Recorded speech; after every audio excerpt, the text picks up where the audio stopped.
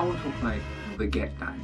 The Get Down is a new Netflix series from director Baz Luhrmann, and it covers the early days and rise of b-boy culture and disco in the Bronx in 1977.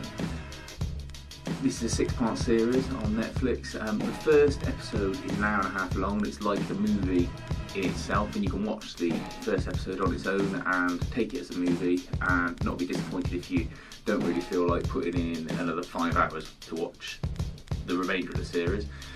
It's got a large cast of actors, some of whom you recognise, some of whom you won't. There's Jimmy Smits, who unfortunately now is going to be known as that guy from the Star Wars series instead of what he should be known as, which is that guy from NYPD Blue. You've got Jaden Smith, unfortunately, is in it as one of the b-boy crew. He doesn't do anything right or wrong, he's just Jaden Smith. I'd like to have seen him playing some horrible nerdy little character, but I'm sure he's got the special contract terms that say he can only play someone who is super relaxed and cool at all times, otherwise it might ruin his rep. You've got a guy from the film Dope, if you've ever seen that. He plays Shaolin Fantastic, who is the sort of de facto head of the b-boy crew that we follow through the plot. And you've also got lots of other persons who you'll sort of half recognise from other things.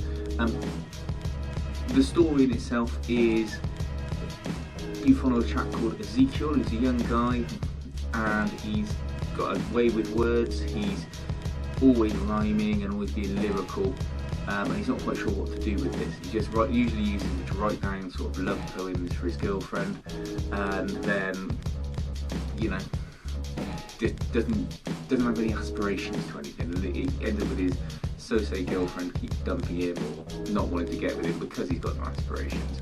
And of course, rap isn't wholly prevalent at this time, so there's no outlet for it. Then eventually he meets up with a chap called Shaolin Fantastic through a series of circumstances, who's into graffiti, DJing, b-boying, and he goes to an event called The Get Down, where his mind is blown, he's exposed to this world, with Grandmaster Flash being the sort of ethical head of it all. And you're treated to what can only be described as a collage of a dream of images, sounds and scenes that are all just mixed together in a pot to make something quite special. Any other director probably couldn't get away with it, but it's something Baz Luhrmann has been doing for years and is sort of perfecting, whether it be Moulin Rouge or any of his other films. You have moments that are shot like a drama, as if you're watching Romeo and Juliet in a proper scene, properly staged, and then you've got other moments where it's interspliced with news footage and stock film, and then you've got other moments where it's interspliced with scenes that look like they're clearly shot on a set, but intentionally so, to give it this sort of super real. It's difficult.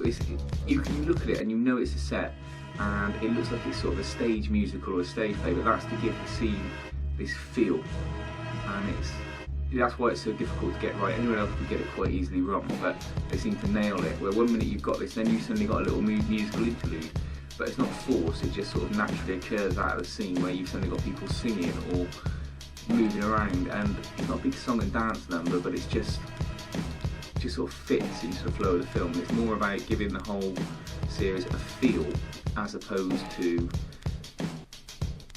narratively leading on. So you'll have someone suddenly singing a disco song.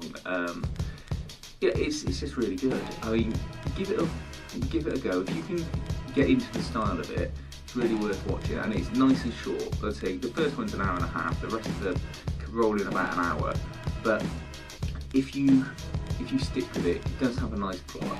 It's all set against the backdrop of change in the Bronx, where I don't know a lot about American history for that time or era, but there's lots of tensions because there seems to be lots of developers trying to effectively destroy the Bronx by burning it down and getting the buildings knocked down so they can build new places. And you've got this sort of backdrop of should Ezekiel get a job, become, you know, a sort of normal worker, or should he go off b-boying? And the series does a funny thing, because it's only 6 episodes long, it's left for a part 2 of another 6 episodes in 2017. I don't think you actually need an extra 6 episodes. I mean, I'm sure they'll be good, but you can watch it as one unit and forget about it, and it ends, as it should do, with this 10-minute b-boy battle that really sort of puts a nice full stop on the series. You feel satisfied that you've seen this crew grow and develop through the 6 episodes, and then they have this b-boy battle, and it just leaves you with this good feeling inside. It's one of those, it's got moments of drama, it's got moments of tension, it's got moments of violence, but ultimately it finishes on this high note that just makes you think, well, that was all worthwhile. And it's not a heavy watch either, even though it's got these tensions and these heavy topics in there. A lot of it is sort of framed so well that it sort of washes over you. So yeah, look, The Get Down, really good, different programming to watch on Netflix. At least watch the first episode as a movie, and then if you like it, watch the next 5 episodes, and you'll really treat yourself if you've got the time. And it's something you don't have to binge watch. You can watch them one at a time, and each episode is nicely self-contained.